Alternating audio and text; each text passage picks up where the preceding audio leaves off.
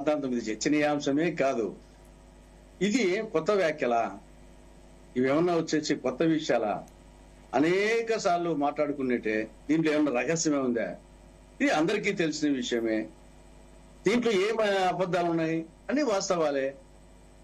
ఆ విధంగా అంటే మేము కాంగ్రెస్ వాళ్ళము రోజు విమర్శిస్తున్నాం. ఇంతకంటే ఎక్కువగా బీజేపీ అంటే బి అంటే బాబు, జే అంటే జగన్, పి అంటే పవన్ అని చెప్పేసి ప్రతిరోజు విమర్శిస్తున్నాం.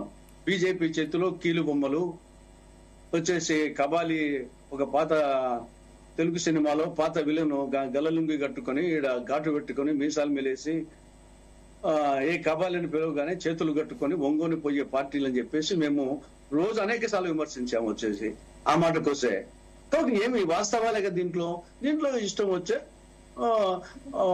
చేను వినిపించచ్చు, లేకుంటే ఒకసారి ఇది తప్పు అని చెప్పొచ్చు అంతే. దాని గురించి ఏదో పెద్ద ఏం జరిగిందని ఏం జగన్ అరెస్ట్ చేయాలని లేదా? మీ కూటమికి వచ్చి జగన్ అరెస్ట్ చేయాలని లేదా? మరి అదే మీరు అడిగారు. ఆయన చెప్పింది ఏమి, దానికి వచ్చిన సోర్స్ ఏదో అని చెప్పాడు. దాంట్లో ఏమి ఆడ కాంప్లికేటెడ్ వర్డ్స్ ఉన్నాయి. వైఎస్ జగన్ ను అరెస్ట్ చేయాలని తమ వాళ్ళ దగ్గర నుంచి ఒత్తిడి వస్తోంది అని పవన్, నాదెండ్ల మనోహర్ కూడా చెప్పినట్టు. దానికి అమిత్ షా వచ్చేసి రాజకీయాల్లో ఇన్స్టాంట్ ఫ్రెండ్స్ ఉంటారు, లాంగ్ టర్మ్ ఫ్రెండ్స్ ఉంటారు. Babu instant friend, Jagan long stand friend. బాబుకు జగన్ కు మధ్య వ్యతిరేకం ఉండొచ్చు, మనకెందుకు ఉండాలా అని మాట అన్నాడు. అది వాస్తవేలే కదా. దాంట్లో ఏది దాంట్లో తప్పు? అన్ని కరెక్టే కదా. దాని ఇష్టం లేకుంటే ఖండించినది తప్పు ఆ విధంగా అని చెప్పేసి ఒకవేళ ఆయన అన్నారో లేదో కానీ అది బహిరంగ రహస్యం, అందరికి తెలిసిన విషయమే. ఆయన ఒకవేళ వీళ్ళు ఆ మాటలు మాట్లాడుకున్నా, ఆయన అనుకున్నా గానీ అది వాస్తవాలే. బట్ దానికోసం కేసులు పెట్టడం ఏంటి? ఇంకా ఆ ప్రకారం అయితే జైలు పట్టవు. ఇంకా రోజు వచ్చేసి దాంట్లో కేసులు పెట్టబడితే ఇంకా ఎన్ని జైలు కట్టాలనో. కాబట్టి ఇది అనవసరమైన రాద్ధాంతం. వచ్చేసి దీంట్లో జగన్ వచ్చేసి ఎన్ని సందర్భాల్లో బీజేపీకి సపోర్ట్ ఇలా, ఈవెన్ రాజ్యసభలో బలం లేని సందర్భంలో కూడా బీజేపీకి ఆర్టికల్ 370 రద్దు గాని, పౌర సవరణ చట్టం గాని, ట్రిపుల్ తలాక్ గాని, వ్యవసాయ బిల్లులు గాని, ఢిల్లీ సర్వీసెస్ బిల్లు గాని, రాష్ట్రపతి ఉపరాష్ట్రపతి ఎన్నికలు గాని, వాడు ఇవన్నీ ఆయన మద్దతు ఇస్తున్నాడు. అదే విధంగా వచ్చేసి 12 సంవత్సరాలుగా వచ్చేసి సిబిఐ ఎవరి చేతిలో ఉంటుంది? సిబిఐ వచ్చేసి ప్రధానమంత్రి చేతిలో ఉంటుంది. మరి వచ్చేసి 12 సంవత్సరాల ఉంటే క్రిప్టో కేసులో ఎందుకు ముందుకు పోలా? లేకుంటే వివేకానంద హత్య ఎందుకు ముందుకు పోలా? ఇవన్నీ వచ్చేసి ఏమే ప్రజలందరూ చర్చించుకునేది కొత్త విషయాలు ఏమున్నాయి దీంట్లో. అదే విధంగా వచ్చేసి టీడీపీ మోడీని వచ్చేసి అనేక సందర్భాల్లో విమర్శించే నేపథ్యం లేదా? బీజేపీ మసీదులు కూల్చే పార్టీ, మాది మసీదులు నిర్మించే పార్టీ అని చెప్పిన సందర్భం లేదా? తర్వాత వచ్చేసి ప్రత్యేక హోదా కోసం ధర్మ పోరాటం చేసిన సందర్భం కాదా? అదేవిధంగా బీజేపీ మోడీ గారే సొంతంగా పోలవరం వచ్చేసి టీడీపీకి ఏటీఎం గా పనిచేసి చెప్పేసి అనేది తప్ప, పవన్ కళ్యాణ్ వచ్చేసి బీజేపీని విమర్శించింది ఇది నార్త్ ఇండియన్ పార్టీ, ఇది హిందీ పార్టీ, సౌత్ ఇండియన్ వ్యతిరేకము, 2 పాచికం లడ్డు ఇచ్చారు అని చెప్పింది వాస్తవం కాదా? కానీ ఏమో లేనట్టు, అది కొత్తగా నాగేశ్వరరావు సృష్టించినట్టు, దీంతోనే ఆకాశం భూమి ఏదో బద్దలైపోతున్నట్టు ఎన్ని అనవసర రాద్ధాంతం వచ్చేసి అని నా అభిప్రాయం. ఇప్పటికైనా కేసులు ఉంటే ఉపసంహరించుకుంటే మంచిది, ఉపసంహరించుకోకుంటే ఇప్పటికైనా ఉపసంహరించుకుంటే దాన్ని వదిలిపెడితే మంచిది. ఎన్ని రాజకీయ విశ్లేషణ రోజు అనేక సందర్భాల్లో అనేక అంశాల మీద విశ్లేషిస్తూ ఉంటాడు. కొన్ని నచ్చచ్చు, నచ్చకపోవచ్చు. నాకు కూడా కొన్ని నచ్చవు, కొన్ని బాగుంటాయి, కొన్ని ఆయన ఫాలో అయ్యే సందర్భాలు ఉంటాయి, కొన్ని ఇది కరెక్ట్ కాదేమో అనిపించిన సందర్భాలు ఉంటాయి. సేమ్ ఇది కూడా అంతే. పాజిటివ్ గా చెప్పినప్పుడు ఎలా యాక్సెప్ట్ చేస్తారో, నెగిటివ్ గా చెప్పినప్పుడు కూడా సేమ్ యాక్సెప్ట్ చేయాలి అంతే. ఎస్, నేను మళ్ళీ వస్తానండి తులసిరెడ్డి గారు. ఎస్, గురునాథం గారు good morning. Good morning. So Gurunatham గారు, ఏంటి పవన్ కళ్యాణ్ కామెంట్స్ ని టీడీపీ సమర్థిస్తుందా? ప్యానెల్ లో ఉన్న వాళ్ళందరూ కూడా నమస్కారం అమ్మా. ఇదే బ్యూటీ ఆఫ్ ది డెమోక్రసీ. ప్రతిదాన్ని కూడా చర్చ పెట్టాల్సిన అవసరం ఉంది. కాంగ్రెస్ వాళ్ళు అన్నట్టు, లేకపోతే జనసేన వాళ్ళు అన్నట్టు కొంతమంది ప్రొఫెసర్స్ గాని వీళ్ళు మాట్లాడుతున్నట్టు ఆవేదన తప్పేమి లేదు. కానీ ఈ సందర్భంలో కొన్ని మనం చర్చించుకోవాల్సినటువంటి సందర్భం, ఇది చర్చించాల. ఇందాక తులసిరెడ్డి గారు అన్నారు, మేము చాలా రోజులు ప్రతిసారి మేము విమర్శిస్తూనే ఉంటాము, రోజు బాబు అని, జగన్ అని, పవన్ అని, అదని ఇదని అంటానే ఉంటాము అని. ఏమండి, అది ఒక సరే మీరు విమర్శలు చేస్తూ ఉంటారు. కాంగ్రెస్ వాళ్ళు మీకు ఉన్నటువంటి భావాజాలం అది సరే, అది మీకే వదిలేస్తూ ఉంటాం, అది జనానికి కూడా తెలుసు. అది కాదు ఇక్కడ సమస్య. నాగేశ్వర్ గారు అనేటువంటి వాళ్ళు ప్రామాణికంగా తను మనలాగా అందరిలాగా విశ్లేషకుడు కాదు, మనకలాగా పొలిటికల్ పార్టీ కాదు.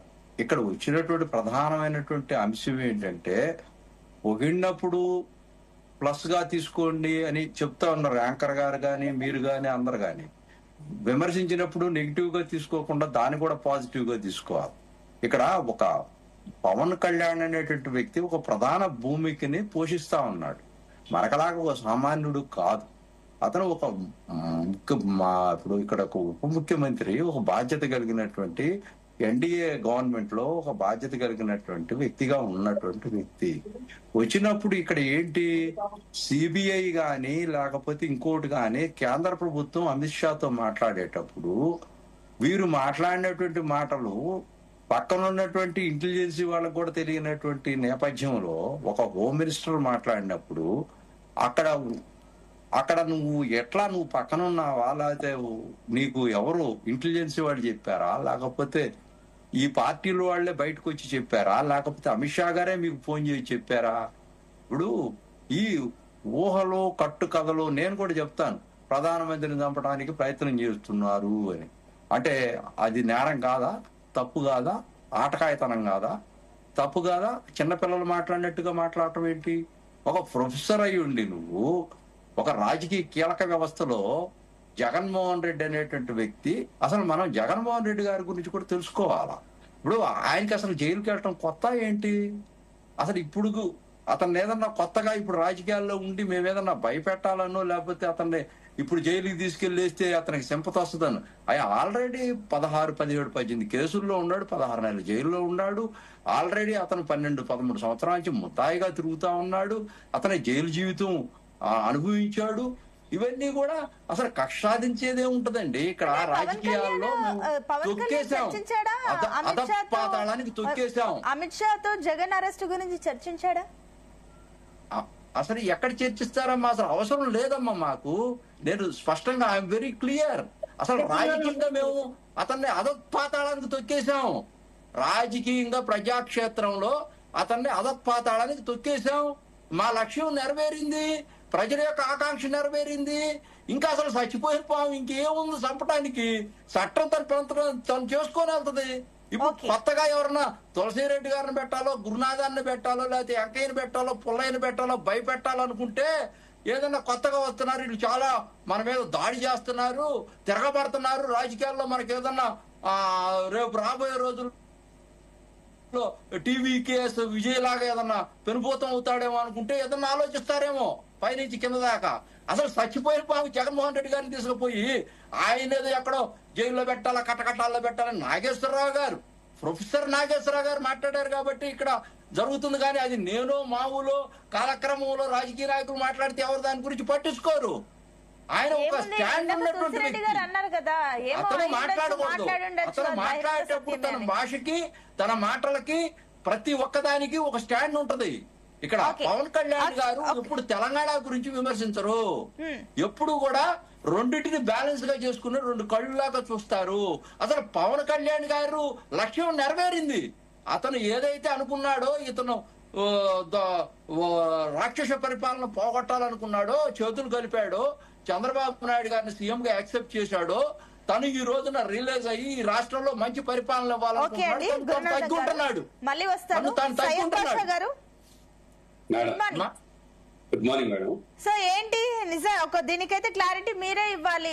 మరి జగన్ అరెస్ట్ గురించి అమిత్ షాతో మాట్లాడారా లేదా పవన్ కళ్యాణ్? ఒకటి. అండ్ ఇంకొకటి ఏంటంటే, నిజంగా అంటే ఇప్పుడు అక్కడ ఉండి మాట్లాడినట్టు, అక్కడ ఆయన ఉండి విన్నట్టుగా మాట్లాడారు, ఇది కరెక్ట్ కాదు అంటూ కూడా ఏదైతే పవన్ కళ్యాణ్ అన్నారు. సో ఈవెన్ ఆయన ఒక పాయింట్ అయితే అన్నారు, బీజేపీ నుంచి ఎవరు ఖండించకపోయినా జనసేన నుంచి ఆయన ఒక పార్టీ చీఫ్ గా ఆయన అయితే స్పందించడం అయితే జరిగింది. సో ఇందాక తులసిరెడ్డి గారు కూడా అదే అన్నారు, అసలు బీజేపీకి ఎప్పుడు వాళ్ళు తొత్తులుగా ఉంటారు, సో ముందు నుంచి అదే చేస్తారు, ఇప్పుడు కూడా అదే డిఫెండ్ చేస్తారు, బీజేపీ కంటే యాక్టివ్ గా జనసేన ఉంది అన్న కమెంట్లు కూడా ఎక్కువ